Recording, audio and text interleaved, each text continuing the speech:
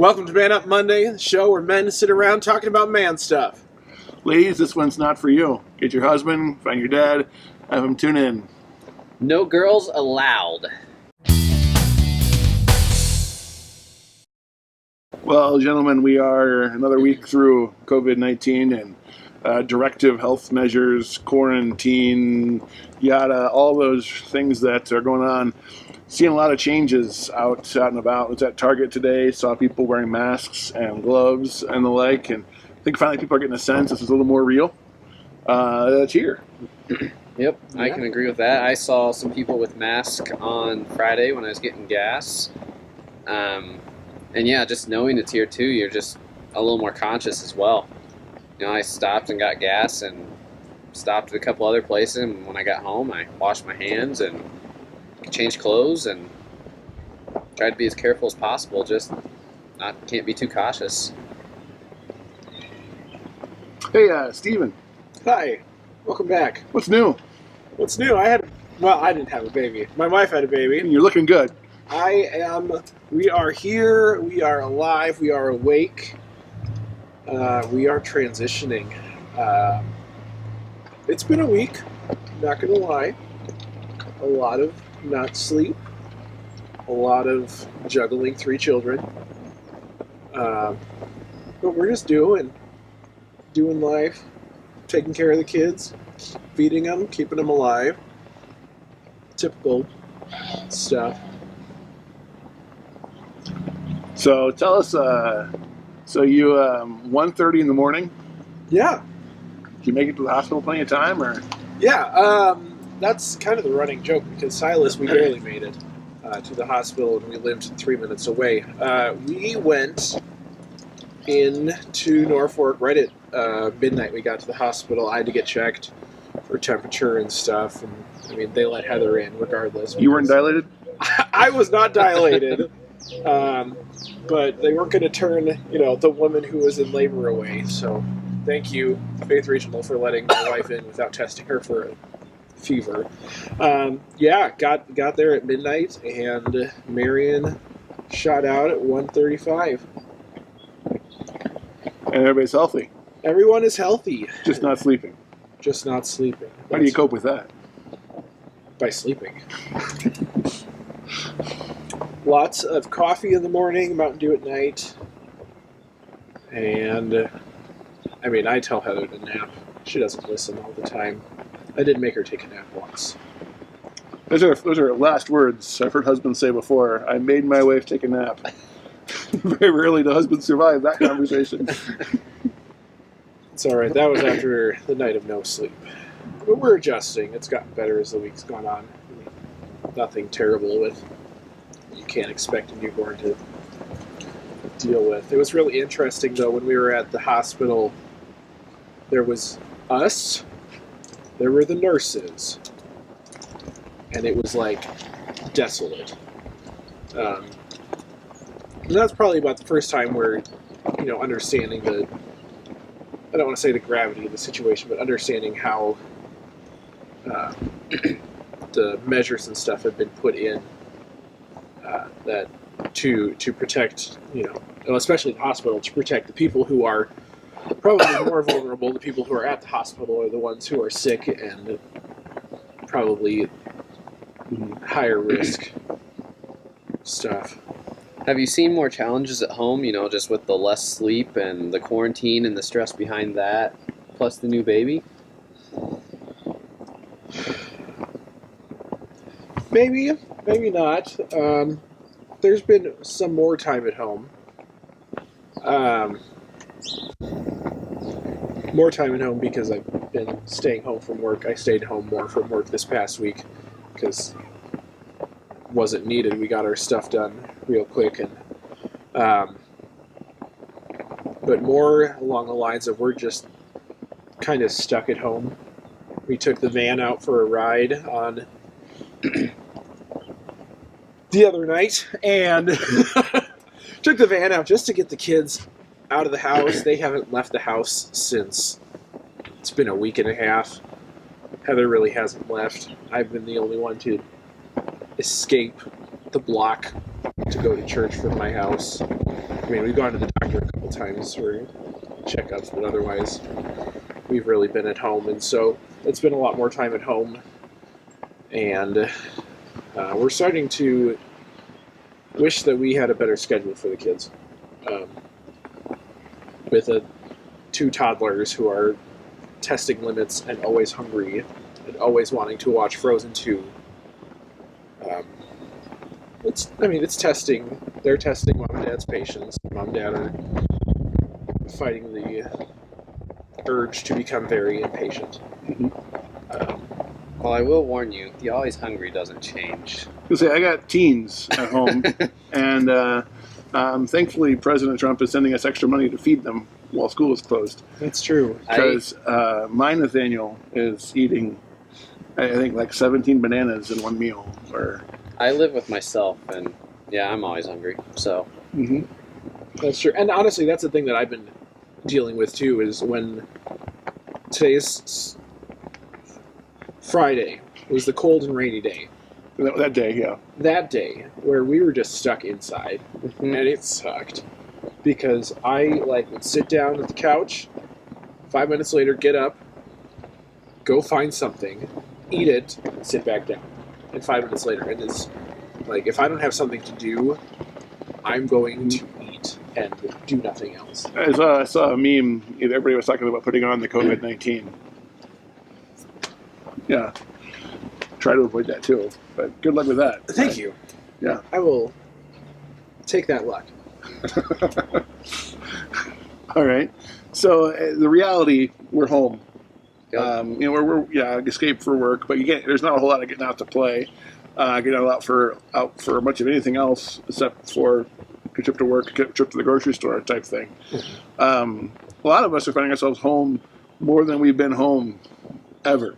I mean, since we left home, and it's kind of there's a new reality of how to be my vocation now in a new situation.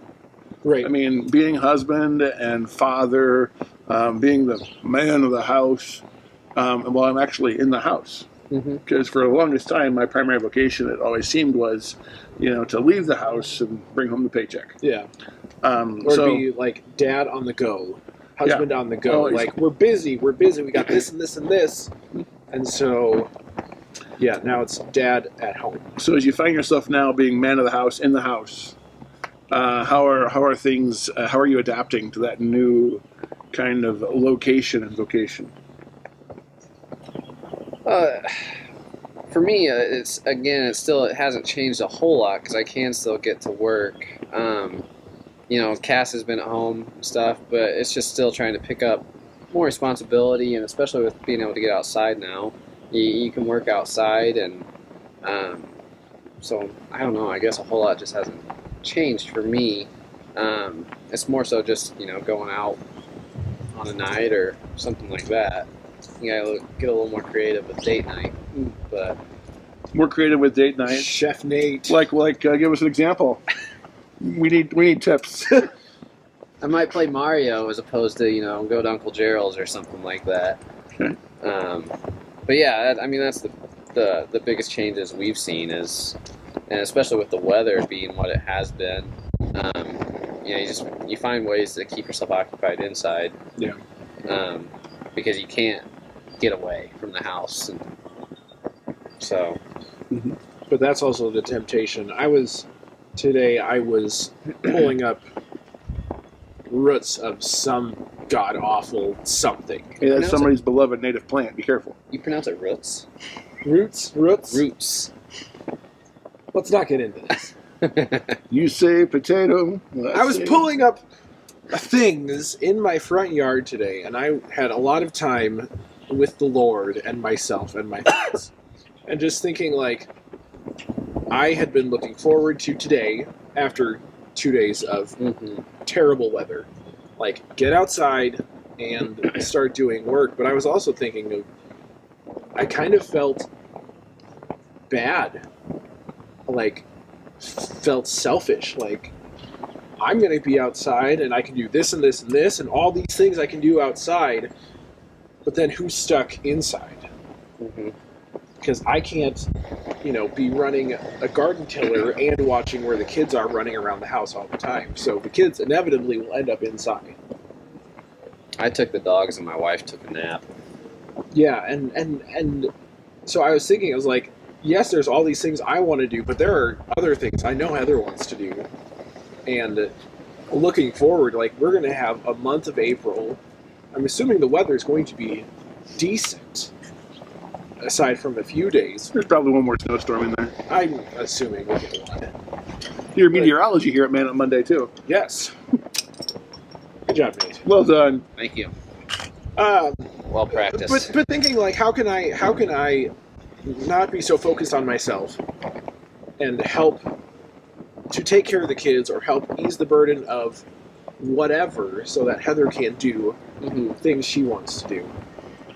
I came to the very kind of stark realization, and really today has been one of those just days where today I kind of came to the realization that, I'm a pastor and I'm the guy who's always at church. Like, I don't worship with my kids, my family. I don't lead them in church. And so now the past couple of weeks we sit at home and we're doing church at home, and all of a sudden, like, dude, I gotta be dad. I gotta be the spiritual leader of this house, not just make sure my family gets to church. Kind of what's been the role that my wife has had for the last 12 years that I've been ordained. And so now I'm in this kind of new approach to the role. I know it's been there. It's just I've never thought about what it means to do that. And so hats off to all the dads in the world who have been doing that, because I'm terrible at it. So true. I honestly, I was thinking the same thing. I'm like, how awkward is it for me to sit at home church and listen to myself sing? Amen to that. Like, and so today there's an interesting thing that happened today. I told so last week, if you're one of our regular viewers, thank you. I talked about the win. I got to sit down for church and eat some cereal while we're doing church. And I realized today how that message that's been conveyed to my children has been, hey, this is nonchalant, this is not serious. this is easy church. This is sit back and like you're watching Avengers on TV. And so what they were seeing me relaxed and not worshiping. Yeah. And so today, after church was over with, I kind of asked the kids, hey, so what was the point of the sermon today? Which is the worst thing a pastor could ask their children. One of them just said, I don't know. The other two made something up that was not even close to in the sermon. And the third one just sat there for about 15 minutes. I'm like, oh, well, that was a waste of 45 minutes. And as I reflected back on it, like, well, if I'm coming and I'm showing up for house church, family worship time, with my bowl of cereal and my coffee and my pajamas, and I mean, yeah, we're reading the prayer and, singing the song to the best of our ability. But my attitude towards worship has been now reflected by my kids. And so, like, they are learning from me how to worship at home. And I got about another month of this where, like, my job as a father, I think, like, shoot, I mean, I got a 14, almost 15-year-old, and I haven't taught her how to worship. I got a 12-year-old son. I haven't taught him how to worship because I've been busy doing the church thing. So that's been my kind of realization, kind of this new vocation as father at home in a different location. That's been a big eye-opener for me, how much the kids are seeing me and how that's affecting their growth. And I've had similar thoughts, like, all week. On the day, Thursday, maybe Friday. I honestly, does anybody know what day it is? It's Sunday. I have to go to work tomorrow. It's Monday. This is Man Up Monday. This is Man Up Monday, Nate. Oh, wait. Yeah, that's right. Tomorrow's Tuesday. Tomorrow's Monday, Tuesday, whatever. So I don't even know what day it is. Obviously, I don't know what day it is either. And I go to work. So we were cleaning the house because periodically when you're in the house, we just feel like this house is filthy.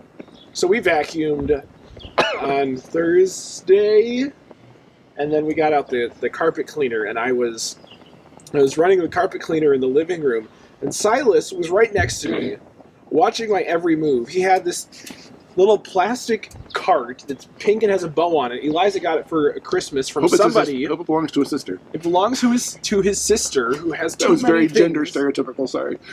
But so I was going, with the carpet cleaner to the wall and back. Silas was right next to me, going to the wall with the cart, and then he'd back it up, and he was doing the exact. And it took me a while. I'm like, Silas, what are you doing? Oh, you're copying what I'm doing. And that, honestly, it sparked the thought of how much, especially when we are spending so much time at home, spending time with our kids in the house, not just, spending time running our kids around or whatever, that our kids are copying us. They're imitating what we're doing. They're seeing the example that we are setting. And then I got really self-conscious, because that's a terrible, huge responsibility to have with that. And just knowing that especially, like, as a 2-year-old, Silas is watching me and seeing what I'm doing. Like, he has another 16 years of living in the house, God willing, that he will be following me and seeing how, not just how I'm, cleaning the carpet, but honestly how I am treating his siblings, how I'm treating his mother, and how I am acting as the example of Christ-like humility and leadership in the house. Does Marion whine like you too? Does Marion whine like I me? wonder if She she does takes not after drink wine like me and my wife, that's for sure. Give her a few years. Give her a few years. 20 years. So Nate, I'm not going to ask you if the dogs are following you and watching you, and they do what you do or not. But so this is kind of a unique position to put you in. Parent, doggy daddy. Yeah. But what's different for you? Just listening to Stephen, it actually kind of made me think. I guess there's two ways to look at it from my perspective. One, you can kind of look at my upbringing and how my dad was with my mom. And when you reflect on that, there's a lot of similarities with how I act versus how my dad acted growing up. And like Stephen said, I know when I grew up, I always wanted to be just like my dad. And in a lot of ways, I feel as though I have. I don't think you're watching this, Dad, but if you are, I hope I didn't let you down. And then also, It's pretty deep right there. We need a mediation session. I haven't sent this to my dad yet. But and then just I'm around Steven's children a lot. I'm around Kelsey's children a lot, and being able to set an example for them as well. And because not only are they watching Steven or watching their families, but they're watching all of us, and they're very aware of how we all act. So in a way, it's almost like we're all setting an example for the community, not just our families. And I think that extends beyond, whether it's cleaning the carpets, how you talk to your spouse, how you go to church. It's how we are thinking about our community and the community response to, COVID-19. How we're approaching, schools shut down and church shut down and businesses closing and government situations. Mm-hmm. I think people around see a lot more of that than we realize. Yeah. Stephen, you talked about being an imitator. Yes. And you had a Bible verse, didn't you? So yeah, somewhere in the Bible it talks about being an imitator. I'm not one who can just drop that out of a hat. It's not. Would you happen to know that? No. I can tell you. Google does. Imitator. It's not Jude. It's not Jude, and it's not the Old Testament. So yeah, being an imitator of Christ. Being an imitator of Christ. Google that, you'll find it. Maybe I hope. The biblical theme, we'll say. It's throughout the Bible, the New Testament, that we are called to imitate Christ and imitate not just, not dying on the cross, which is going to happen on Friday, but every aspect that we see through Christ's life and his ministry is something that we want to have. The patience that he had with his silly disciples and the love he showed towards the people with whom he interacted. Honestly, everything that Jesus did, obviously, okay, we can't perfectly follow that example, but we can look to see, like, what, this is going to sound hokey, but what would Jesus do in this situation? What would Jesus do when I am tired and I don't want to be the one to get up and change a diaper in the middle of the night? He'd probably look to his wife. Jesus had a wife and children wearing diapers. and children wearing diapers. Steve in the 90s called them with their bracelet back. But it's so true. It's that reminder of, like, okay, come on, man up, do the thing that you don't want to do. Don't be so selfish. Be good to your wife. Be gentle and loving to your children. Be what your children, what your wife, what your family, what your household, even what your community, be what they need, which may not be what you want to do. Jesus didn't want to have to die on the cross. Someone's got to do it. Someone's got to do it. You know, the psychologists who acknowledge a faith component in our life, they've been telling us for years that children form their view of Jesus and of God based initially on their view of their father figure. Whether that's their actual dad or kind of the man influence in their life. And that forms very easily in their brain their kind of view and approach towards God. And that's an enormous responsibility, but I'm kind of thankful that God has placed that responsibility on me. Because otherwise, yeah, I would really slough off all my responsibilities. But knowing that my children and other children in my life are going to form their view of God looking at me, that kind of motivates me to man up a little bit, to not be as lazy as I want to be. As often as I could be, but to take that seriously. And I'm going to fail at that because I'm not Jesus. I said that last week, right? My name's not Jesus. So that, I mean, I'm God's taking care of me when I mess it up, but that responsibility is still the same. And so exercising that, whether that's, lovingly speaking to my wife in a time of disagreement or to a staff member whenever we don't get along with, we're not agreeing on something. I saw that. I saw the look. The way I yell at the TV when the president's on the TV, or the way I yell at the TV when somebody else is talking on the TV. Thought you were gonna say when the Cardinals lose. Well, There's no baseball right they're now. undefeated right now, so good luck with that. So are the Reds. And the Twins. Yes. All right. There we go. It's a good year for the Reds. Somebody from church sent me a meme this afternoon. It said, "There's nothing than baseball on TV. I booed this cardinal bird sitting on the branch outside."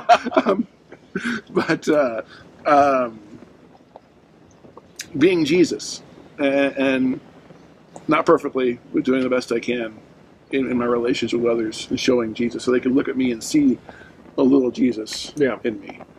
And so that brings us kind of to. I think I don't know how long we've been going here. We should put a clock in front of the camera.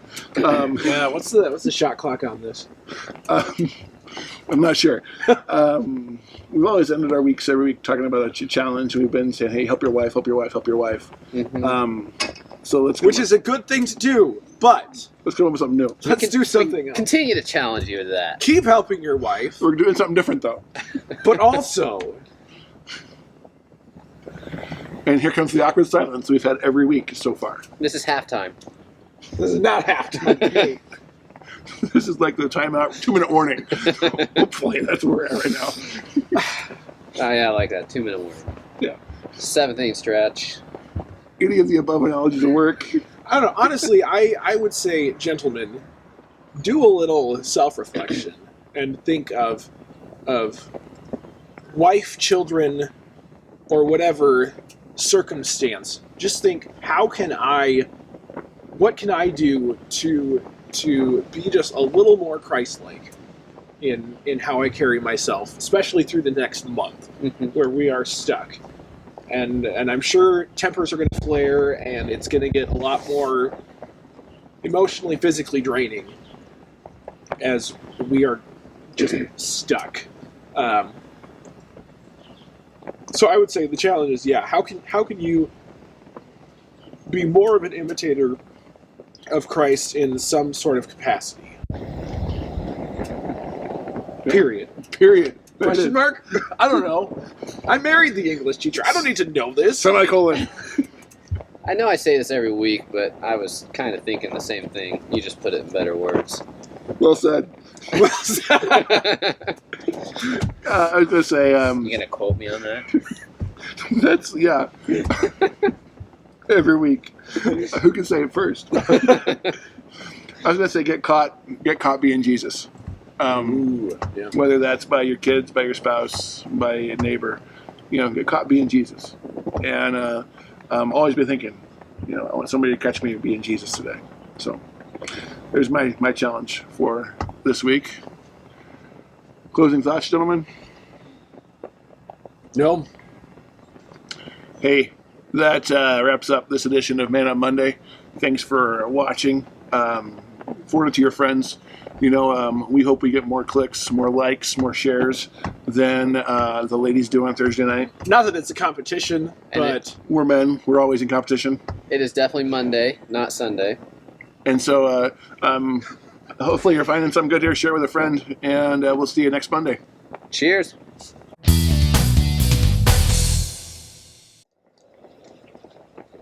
let's try that again. You guys didn't tell me what I was supposed to say. No girls allowed. Oh, okay. girls allowed.